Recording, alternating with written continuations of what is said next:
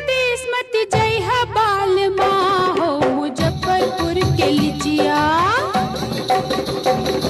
मुजफ्फरपुर के लिचिया खियाइहा बाल माँ हो, मुजफ्फरपुर के लिचिया।